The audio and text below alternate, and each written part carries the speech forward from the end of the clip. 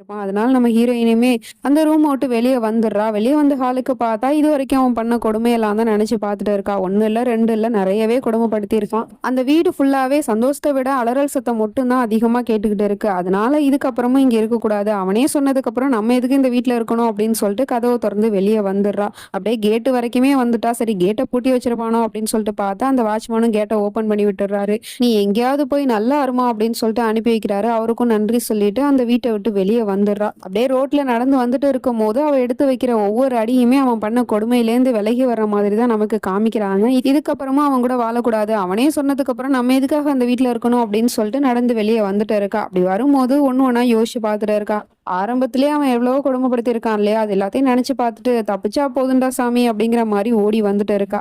அவளோட குடும்பத்த பத்தியுமே யோசிச்சு பார்த்துட்டு வந்துட்டு இருக்கா. இனிமே நம்மளோட குடும்பத்த போய் பார்க்க போறோம். அவங்க கூட நம்ம இருக்க போறோம். நமக்குன்னு ஒரு வாழ்க்கைய வாழ போறோம் அப்படிங்கிற மாரியே வந்துட்டு இருக்கா. அப்ப பின்னாடி ஒரு குரல் கேக்குது. "ஐ லவ் யூ ஜான்வி" அப்படின்னு சொல்லிட்டு. உடனே பின்னாடி திரும்பி பார்க்குறா. அங்க யாருமே இல்ல. நம்ம விராஜோட காதல் தான் அது. இவ்ளோ நேரமா அவன் பண்ண கொடுமையெல்லாம் நெனச்சு பார்த்துட்டு தானே வீட்ட விட்டு போகணுங்கிற முடிவுக்கு வந்தா. இப்ப அவன் பண்ண நல்ல விஷயமும் கண்ணுக்கு முன்னாடி வந்துட்டு போகுது. அதாவது இந்த இடைப்பட்ட 3 நாளுக்குள்ள அவன் எவ்வளவோ சேஞ்ச் ஆயிருக்கான்ல. அதனால அத பத்தி யோசிச்சு பார்த்துட்டு, அதுக்கு மேல அவளால ஒரு அடி கூட எடுத்து வைக்க முடியல. இப்ப விராஜ பத்தி யோசிக்க ஆரம்பிச்சுட்டா. நம்ம பண்றது சரியா? தப்பா? அவரு பண்ண கொடுமையெல்லாம் நெனச்சு பார்த்துட்டு தானே நம்ம வீட்ட விட்டு வெளிய வந்தோம். அவரு கூட வாழக்கூடாது அப்படிங்கிற முடிவு எடுத்துட்டு. ஆனா இப்ப அவரு கொஞ்சம் கொஞ்சமா மாறி இருக்காரு. இந்த நிலைமையில அவர நான் அப்படி தனியா விட்டுட்டு போறது சரியா? தப்பா? அப்படிங்கிற மாரி யோசிச்சுட்டு திரும்பவும் வீட்டுக்குள்ளேயே போயிடுறா. இன்னைக்கு இவ எடுத்த முடிவுனால பின்னாடி ரொம்பவே கஷ்டப்பட போறா. அது தெரியாம திரும்பவும் அவன் மேல நம்பிக்கை வச்சுட்டு வீட்டுக்கு போய் பார்க்குறான். அவன் அங்க அழுதுட்டு உட்காந்துருக்கான்.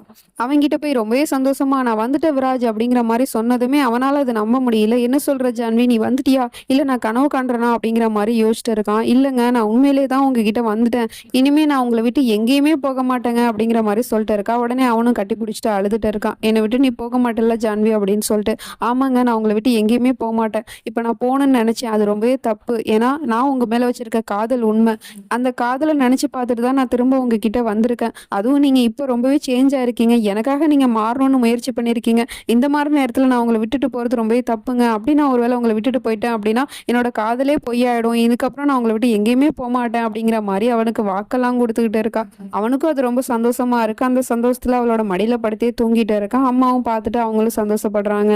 இப்ப மறுநாள் ஆயிடுது. நடந்த விஷயத்த டாக்டர் கிட்ட வந்து சொல்லிட்டு இருக்கா. "இதுக்கப்புறம் நான் விராஜ்க்கு துணையா இருக்க போறேன். அவங்களோட ட்ரீட்மெண்டோட சேர்த்து நானும் அவரு கூடவே இருந்து அவர மாத்துறதுக்கு முயற்சி பண்ணுவேன்" அப்படிங்கிற மாரி சொல்லிட்டு இருக்கா. "ஆமா ஜான்வி, நானும் அதுதான் உன்கிட்ட சொல்ல வரேன். என்னோட ட்ரீட்மெண்டால மட்டும் அவன மாத்திட முடியாது.